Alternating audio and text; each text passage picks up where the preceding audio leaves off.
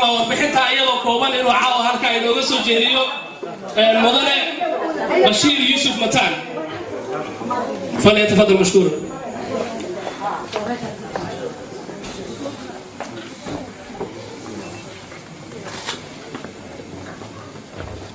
dhammaantiin madaxda sharafta leh ee ka soo qayb gashay maamul goboleedyada haweenka fanaaniinta culimada odayaasha Soomaaliyeed dhammaantiin waxaan idin leeyahay ku soo dhawaada xafladda loogu dabaaldegayo maamulka Ras Casir State.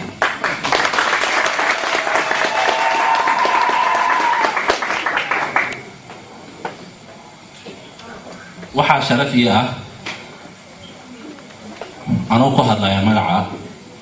CYU oo la yiraahdo oo magaciisa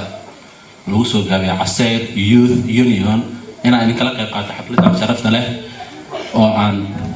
wax ka sheego wixii loo aasaasay xafladdan iyo maamul goboleedkan cusub waxa uu yahay. maamul goboleedkan cusub waxaa la suubiyay oo la aasaasay 17 bishii Abriil kadib dhibaatooyin aad u fara badan oo uu shacabka deegaanadaas Ras Casir iyo beelaha dega ay dhibaatooyinkaas in badan ay ku soo jireen markii ay badatay ayaa waxaa la suubiyay maamulkaas Ras Casir la yiraahdo kaasoo loogu dhawaaqay magaaladiisa Caluula kulamo badan oo ay yeesheen akhyaarta odayaasha aqoon-yahanada culimada diinka haweenka iyo dhammaantood ayaa waxaa ka soo baxay maamulkaas la yiraahdo Ras Casir State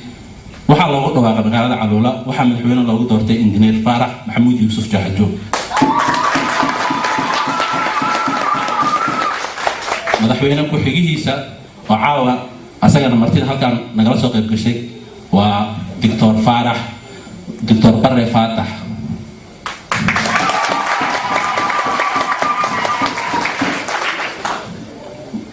مسؤول كلين إنه مدحينا من جلسة وقالوا أصو جوجا ودن كي لغو أساسه أما ديجان كي لغو أساسه ما ممكن راس عسير هلا وحق قبشة وحكوا كسوجني هاي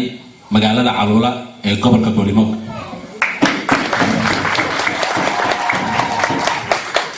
ما ممكن راس عسير استيد أصو كم إذا ما ممكن ولا جد سومالي اللي أساسه ودن كه أيها وحال أوران كرا وحياله بدهم يكذب وينه tusaale ahaan maamulkaas oo uu madaxdiisii ay wali wadanka joogaan wadanka lagu aasaasay ma aha maamul wadanka dibadiisa lagu aasaasay waxay ka tarjumaysaa taas inuu maamulkaas yahay maamul dadka deegaankaas u dhashay ay suusadeen isugu tageen iska kaashadeen diyaar u yihiin inay dadkooda iyo deegaankooda wax ka qabtaan baahida keentayna waa in la hormariyo arrimaha bulshada ee deegaanada maamulka Ras Casir State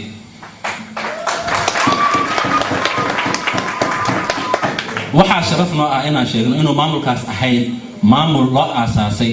dhibaatooyin ama colaado ama inuu challenge ku noqdo dad walaalahood ah dad la daris ah dad la isir iyo ab ah intaba looma aasaasay maamulka Ras Casir State ilaa ay hadda deegaanada uu ka sameysmay waa deegaano nabdoon sida uu noo sheegay xiriiryaha barnaamijka waxayna madaxdiisii iyo odayaashiisii iyo aqoon-yahanadoodii ku ballameen in nabadaas laga dhaxlay taariikhda odayaashoodii hore halkeedii laga sii wado iyo dirsanaag aniga oo ku hadlaya magaca CYU oo ah ururka dhalinyarada Casir ururkaas oo la aasaasay 2 sano ka hor lafdhabarna oo ah maamulkan suubsamay lana oran kara asaas u ahaa kadib markii indhaha ay ka qabsan waayeen waxa ka jira deegaanadaas ururkaas wuxuu ka kooban yahay aqoon-yahano iyo dhalinyaro waxay diyaar u yihiin inay dadkooda wax u qabtaan dhibaato kale ma wadaan shida kale ma wadaan waa dad isugu yimid ku tashtay isku ma aragtay dhaarsaday inay dadkooda wax u qabtaan oo aan wax dhibaato ah kale aan halkaas ka suubin Soomaalida deegaanka digta walaalaheen Puntland iyo Soomaalida kale dhamaantood waxaan rajaynayaa inay saas u fahmaan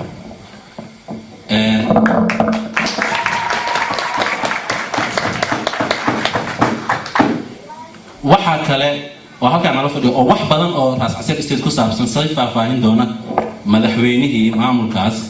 madaxweyne ku-xigeenkii maamulkaas Barre Faatax laakiin anigu waxaan ku soo koobayaa tix yar oo gabay ah oo dareenkayga aan rabo inaan ku cabiro wuxuu maamulkan yahay wixii loo aasaasay arrimo badan himilooyinkiisa ujeedooyinkiisa siyaasadiisa waxa uu rabo inuu qabto waxa uu qabsoomay waxaan u deenayaa madaxda sharafta leh maamulka Ras Caseer oo caawa nagala joogo Dr. Barre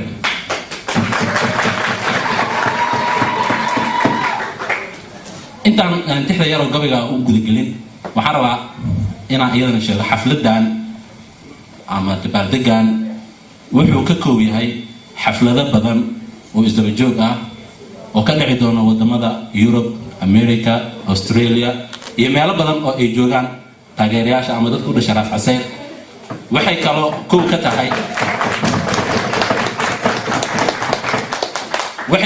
ka tahay kulamo noocan oo kala ah oo lagu taageerayo iyo waliba banaanbaxyo la rabo in bulshada Puntland ee walaalaha ah Soomaali weyn iyo caalamkaba loo horkeeno indhahooda iyo dareenkooda dhibaatada ka jirta deegaankaas oo qaarkood la oran karo tacadiye ayaa ka mid ah maadaama markii dad badan oo qoyaanaha iyo siyaasiyiin isku dayeen in deegaanka waxa ka jira ee dadka horkaaneen waxay qaarkood mutaysteen xabsi waana wax aad looga naxo Soomaalidana aanan ku fiicnayn islaamnimadana aan ku fiicnayn mana aan dhaqan bini'aadanimo ururka Caseer Youth Union asoo horkacaya dadka wanaagga jecel ee walaalaha Soomaaliyeed laga bilaabo Puntland ilaa Soomaali weyn wuxuu rabaa inay tan tahay midii ugu horeysay abaabulo isu soo baxyo lagu gudbinayo dhibaatada ka jirta deegaankaas inuu caalamka hor keeno waxaan hadda ku soo koobayaa tixdii yare gabayga ahayd horta ma ay abwaan waxaan ka cudur daaranayaa haddii aan maaragtay suugaanta iyo maansada aan ku cayaaro oo wax iga qaldamaan inay dadka mu'alifiinta ah ama dadka gabyaaga ah ama dadka iska leh xigmadaas inay raalli iga noqdaan laakiin shucuurtan dareenkayga ku jirta ayaan tixdan kusoo cabirayaa insha Allah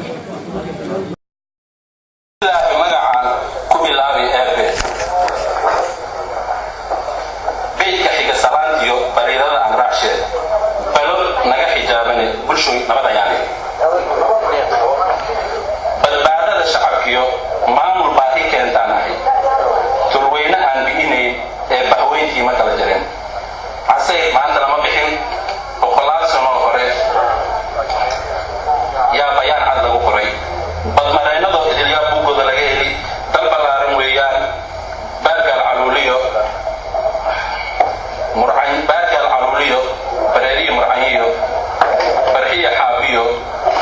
booco iyo taageer seymo beledyaday tahay beeldaajiyaashiyo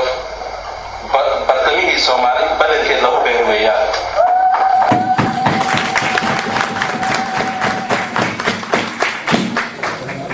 badweynta Hindiya iyo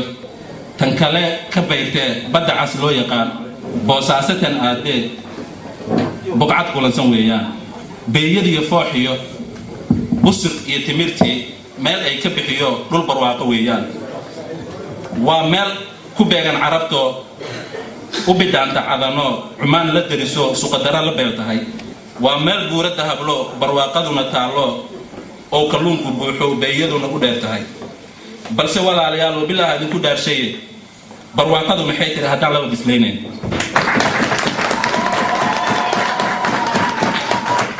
Puntland ay tahay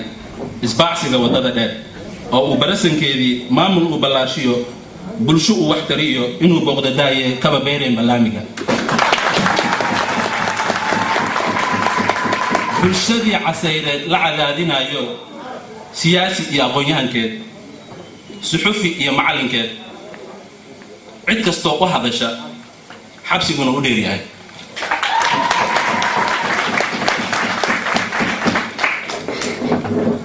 intaasoo wada balaayo ah bal ka taliya adinkuba bahdii Caseer baan ahay balo iyo dhib maan wado nabadaan ku ceeshnaa dhulkii bari la oran jiray barigiisa geeska ah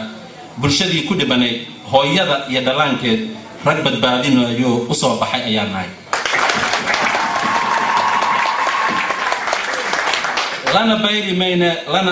lana bayri mayno lana baqina mayno baraarihii la gaariyo wax kastoo ka soo baxa bartanka inoo taalo bilaay tawfiiq